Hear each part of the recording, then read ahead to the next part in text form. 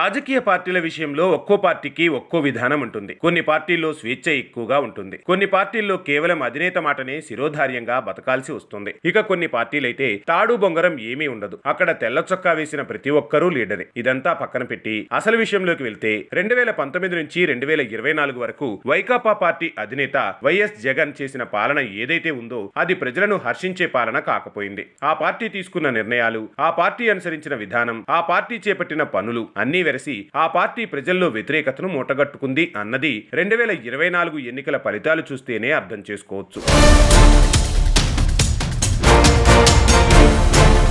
ఇదిలా ఉంటే తాజాగా తెలుగుదేశం పార్టీలో ఒక ఎమ్మెల్యే స్థానికంగా నడుస్తున్న వ్యవహారాలను దృష్టిలో పెట్టుకుని పదే పదే పార్టీ నాయకులకు ఇంకా చెప్పాలి అంటే పార్టీ అధిష్టానానికి కాస్త తలనొప్పిగా మారారు. బాగా చదువుకున్న వ్యక్తి, చాలా అంటే చాలా ఇంటెలిజెంట్, తొలిసారి ఎమ్మెల్యే. కాకపోతే అమరావతి ఉద్యమకారుడిగా సమస్యపై ఒంటికాలుపై లేచే మనస్తత్వం ఉన్న ఆ నేత తాను ఎమ్మెల్యేను అని ఒక పార్టీలో ఉన్నాను అన్న సంగతి మరిచి తన ఒరిజినల్ ఉద్యమ మనస్తత్వాన్ని ప్రదర్శిస్తూ కాస్త విమర్శల్ని ఎదుర్కొంటున్నాడు. ఈ క్రమంలో ఏకంగా పార్టీ అధిష్టానానికి సవాల్ విసురుతూ నేను చెబుతున్న సమస్యను పరిష్కరించకపోతే తాను రాజీనామా చేస్తాను అంటూ బెదిరిస్తూ ఉండడం విశేషం. ఇదిలా ఉంటే ఆ ఎమ్మెల్యే వ్యవహారం అటు తిప్పి ఇటు తిప్పి అధిష్టానానికి చేరుకోవడంతో ఆ నాయకుడి తీరుపై సీఎం చంద్రబాబు తీవ్ర అసంతృప్తి చెందినట్లు వార్తలు బలంగా వినిపిస్తున్నాయి. వివాదాలకు కారణమైన ఎమ్మెల్యే వైఖరిపై పార్టీ నేతలతో చంద్రబాబు మాట్లాడినట్లు, ఆ నియోజకవర్గంలో పరిస్థితులను నాయకులు చంద్రబాబుకు వివరించినట్లు సమాచారం.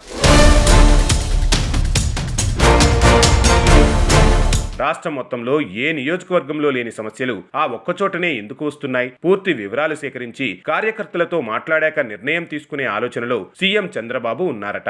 అదే క్రమంలో కార్యకర్తల మనోభావాలకు అనుగుణంగా ఎవరైనా పనిచేయాల్సిందే అంటూ చంద్రబాబు పిలుపునివ్వడం ఆ పార్టీ కార్యకర్తల విషయంలో ఎంత కమిట్మెంట్ తో ఉందో ఇట్టే అర్థం చేసుకోవచ్చు. 2019లో జగన్ హయాంలో మాత్రం ఇలాంటివి ఏవీ కనిపించలేదు. ఆక్రమించుకున్న వాడిదే నేల, అధికారంలో ఉన్న వాడి మాటే చెల్లాలి అన్న చందాన చోటా నాయకుల నుంచి బడా నాయకుల వరకు అందరూ తమ ఇష్టారీతిన ప్రవర్తించి ప్రజలను ఇబ్బంది పెట్టారు. అంత జరుగుతున్నా, అంత విచ్చలవిడితనం రాజ్యమేలుతున్నా జగన్ కానీ తన కోటరీ కానీ పట్టించుకున్న పాపాన పోలేదు. ఇంకా పొరపాటున ఎదురు తిరిగితే బాధితులపై కేసులు పెట్టేశారు. అధికారాన్ని అడ్డం పెట్టుకుని దౌర్జన్యం చేసిన వారిని మాత్రం కనీసం జగన్ తప్పు అంటూ కూడా మందలించలేదు. బహుశా ఆ కోపంతోనే ప్రజలు చివరకు ప్రతిపక్ష హోదా కూడా రాకుండా చేసి కేవలం 11 సీట్లు మాత్రమే ఇచ్చి ఇంట్లో కూర్చోబెట్టారు.